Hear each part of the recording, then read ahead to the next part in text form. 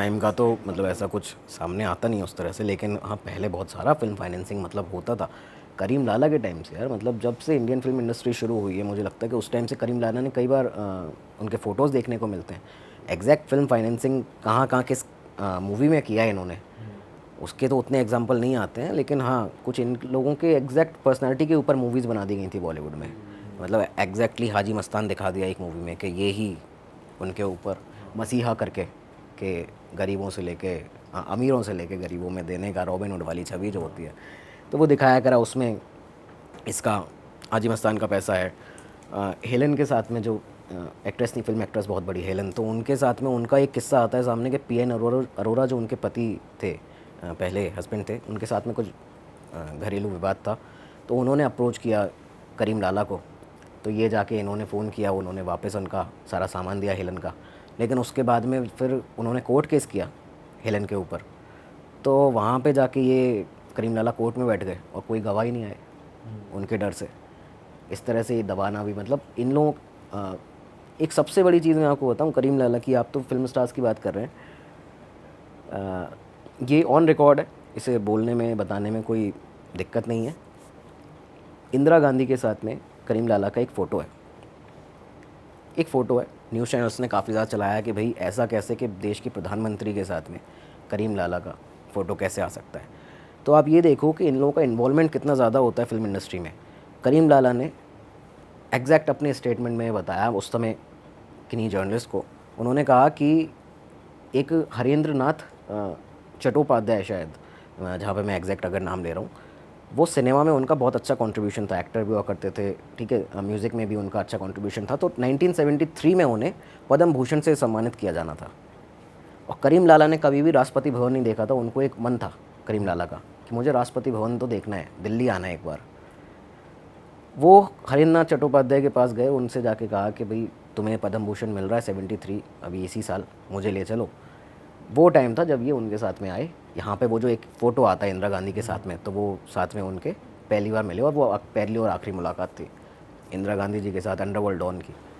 तो वो उसको वो जानती होंगी? नहीं, वो नहीं जानती नहीं थी, बिल्कुल नहीं जानती थी।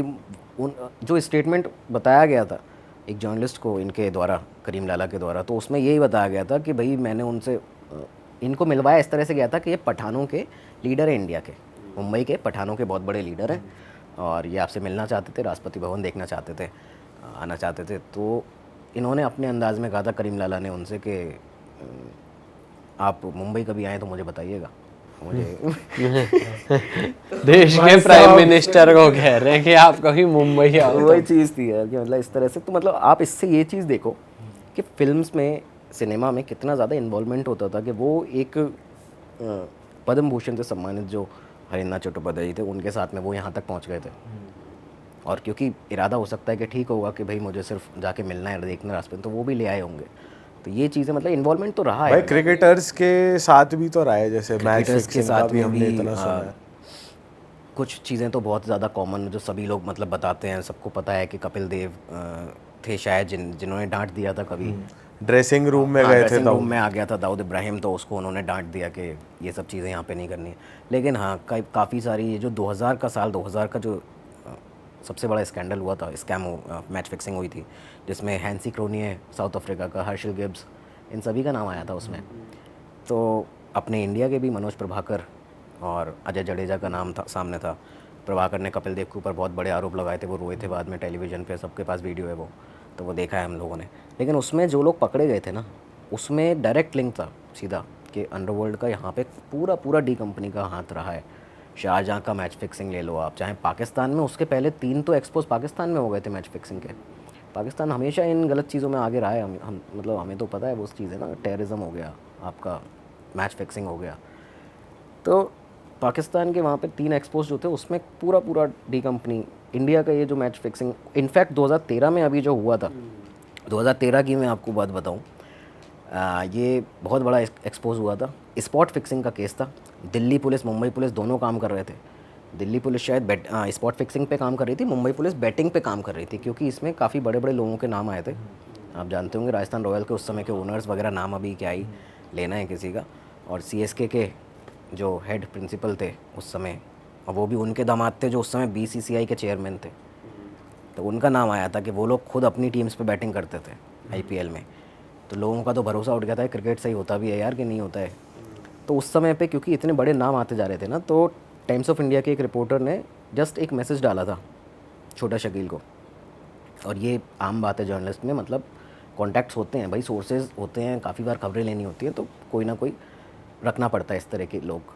तो वो वाली चीज़, तो छोटा शकील ने सिर्फ उस मैसेज, इन्होंने मैसेज किया, उसका वहाँ से कॉल आया था रिवर्ट, अच्छा डायरेक्ट कॉल। और सीधा उसने कहा मतलब भाई अब हराम का पैसा जो है नहीं लेते हैं, हम लोगों का ये सब काम अब नहीं है, अभी हम प्रॉपरली रियल इस्टेट में उतर चुके हैं, फिक्सिंग वगैरह में हमको मत लगाओ, अभी ये सब काम हम छोड़ ही चुके हैं। अच्छा, ये छोड़ चुके हैं का मतलब सिंपल है कि भाई पहले हम करते थे, जितने मैच फिक्सिंग हुए उसमें हम थे, छोड़ चुके हैं अभी, पर अभी हम रियल इस्टेट में, ये भी बात आपने एक्सेप्ट कर ली उतनी सी लाइन में। तो ये चीज़ें हैं कि मतलब स्पॉट फिक्सिंग में हर बार नाम सामने आता था, क्योंकि मेन जो फिक्सिंग हुई थी ना, जो बुकीज़ सारे थे इन्वॉल्व, उस समय एक असद रौफ करके एम्पायर हुआ करता था पाकिस्तान का, उस आईपीएल के सीज़न का एम्पायर था वो, उसने दिए थे सारे बुकीज़ के नंबर। अच्छा। और राकेश मारिया सर यहाँ पे मुंबई में उस समय जो एडिशनल कमिश्नर हुआ करते थे उस विंग के, तो उन्होंने यहाँ पे पूरा फ़ोन ट्रेसिंग वगैरह चल रही थी कि एक नंबर है जो लगातार मुंबई से पाकिस्तान कांटेक्ट कर रहा है, हर अगले दिन इतने कॉल्स आ रहे हैं, किसका नंबर है पता चला कि असद रौफ का नंबर है, एम्पायर है पाकिस्तान का, इस सीज़न का एम्पायर रहा है। बताओ। उसने लेके पूरे सटोरियों को यहाँ पे लगाया, इसमें स्पॉट फिक्सिंग कराई। आप इस समय बेल्ट वो टॉवल लगाओगे अपने पेंट में, आप इस टाइम पे ऊपर देख के फिर ओवर डालोगे। दिल्ली पुलिस ने यहाँ पे फ़ोन टैपिंग कर रही थी उन दोनों मैचेस की, 9 मई और शायद 15 मई का मैच था, राजस्थान रॉयल्स और पुणे का था एक, और राजस्थान रॉयल और मुंबई का था। तो राजस्थान रॉयल तो आई थी इसमें, फंसी थी पूरी तरह ना, तो वो श्रीशांत, अजीत चंडीला, अंकित चौहान ये सारे फंस गए उसमें। मतलब इनका आया था कि भाई इन्होंने सेम उसी तरह बॉल डाली है, ये वो चीज़ें खैर वो चली, पर सीधे वो तार जुड़े थे असद रौफ से पाकिस्तान के जो बुकीज़ हैं, और वो पाकिस्तान के बुकीज़ किसके हैं वो सभी जानते हैं। हाँ भाई तो जो एक कैरेक्टर था करीम लाला, जो इंसान था, उसका एंड कैसे हुआ था? उसको भी मरवाया था दाऊद? नहीं, करीम लाला को मरवाया नहीं।